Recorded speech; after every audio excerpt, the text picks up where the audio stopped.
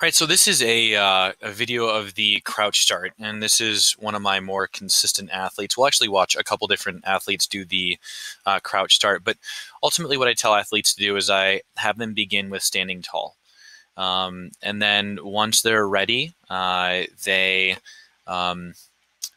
they put one foot back and leave one forward. The reason I use this is because it's a lot like the blocks. Once you get really good at it, it's like coming out of the blocks and pushing off the front foot. Now, a lot of coaches will tell you that their jump foot should be forward because that's, their powerful foot and you want a powerful start. And I think generally that does happen, but with me, I make it up to my athletes. If they feel more comfortable using their non-jump foot forward, that's completely okay. In the case of this athlete right here, Jada, she actually uses her left foot, if I remember this correctly, her left foot in triple jump and her right foot in long jump. Or no, I apologize. It's left foot long jump, right foot in the triple jump to begin the takeoff.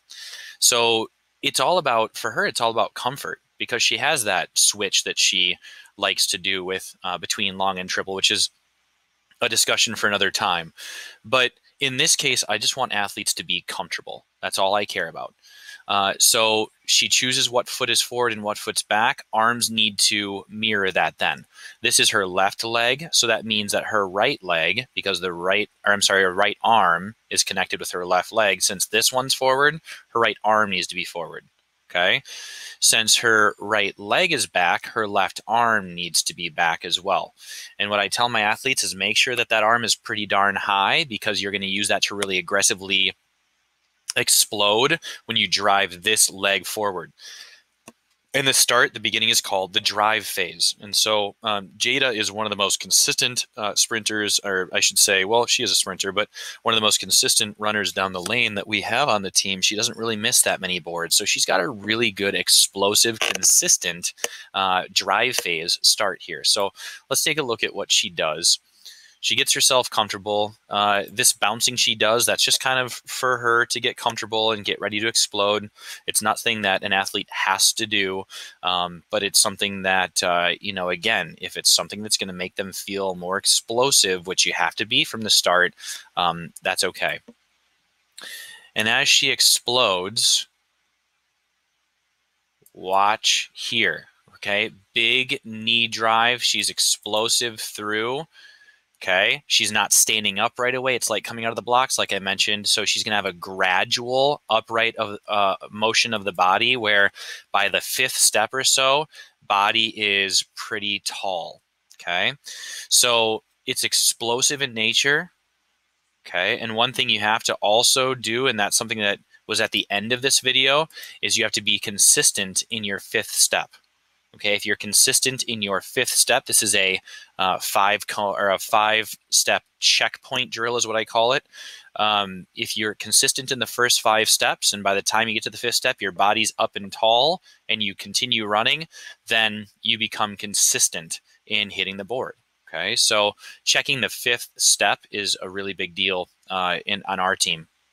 Let's take a look at some other athletes that are doing this. Okay, this is a newer athlete. She is a freshman this year, and as you can tell, she's getting herself kind of comfortable with this. Okay, she gets her toe to the line, foot comes back to where she's comfortable, arms get ready. Make sure athletes take their time doing this. And what I love about this is Brooke is already really doing a lot of things that I haven't really spent much time teaching her. This was during a clinic we had in Sun Prairie here, and this was the first time she'd done this. So she looks really great here. Good spacing, good explosiveness. Okay, good drive. Body's at a good angle there. She's not standing up right away. And she takes off. And again, if you'll notice her, she is now upright, and that was right around her cone spot of 5 steps, which is great. She didn't stand up right away. When you do that and you lose your angle here, you've lost some of the ability to really push off the ground or the track. So you got to make sure that's gradual. Okay. Let's take a look at the next one. This is Ashley. She went to state last year in long jump. Very explosive start. One problem she has is being consistent.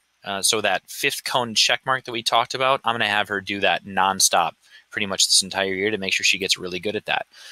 And if we watch her here, she explodes. Okay, again, angle, good explosion with arm and knee. Really good in terms of body. Body's not up yet. Body's not up. She's gradually getting taller, and she's pretty tall at that fifth cone area. So another really good one. Now, when athletes get really good at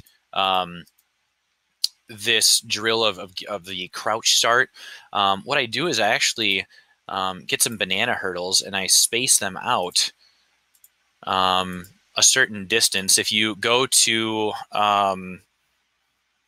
I believe it's the approach page on the website, you'll see something called a Wickets Drill. And on that Wickets Drill article, if you open it up, they have different distances that you can put the banana hurdles apart. And what I did is I used a tape measure to mark those on the tape measure, so I never have to measure out everything. I can just lay down a tape measure and put the banana hurdles right at the marks that are on my tape measure. But what this is a drive phase like we just saw a moment ago, but into banana hurdles. This forces them to really drive with their knees and really be explosive, pushing forward and up at the same time.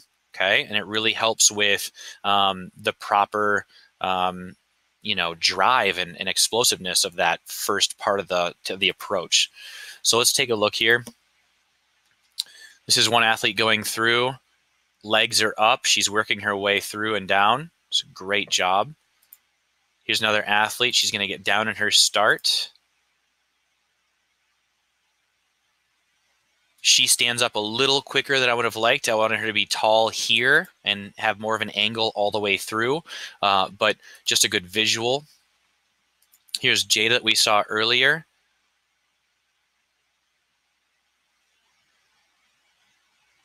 Explodes over the first one, body still down. Okay, that's a great visual of what you want to be and where you want to be. This next athlete, Izzy, she has kind of a weird thing she does with her left leg where she kind of brings it over the side. And so that's something that shows me that she has a little bit of like I don't know if it's a weakness on that leg or a mechanical thing that she does, a technicality that she does with that leg. So that's something that we're going to focus on when the season starts and make sure that we really keep an eye that the explosive power and everything is there for her approach so that she can maximize her distance when she jumps. And here's Ashley again, good angles, not sitting up tall yet, driving her knee and everything. So the Wickets drill here is one of the best drills that you can do as a coach to really explain to them how to be explosive out of their drive phase, but also proper mechanics when sprinting and getting those knees up. And in just doing this drill a couple different times with them over a couple weeks span in this clinic, they did a wonderful job really changing their mechanics in that drive phase. So this is one I highly recommend. Hit me up if you have any questions. All right, good luck.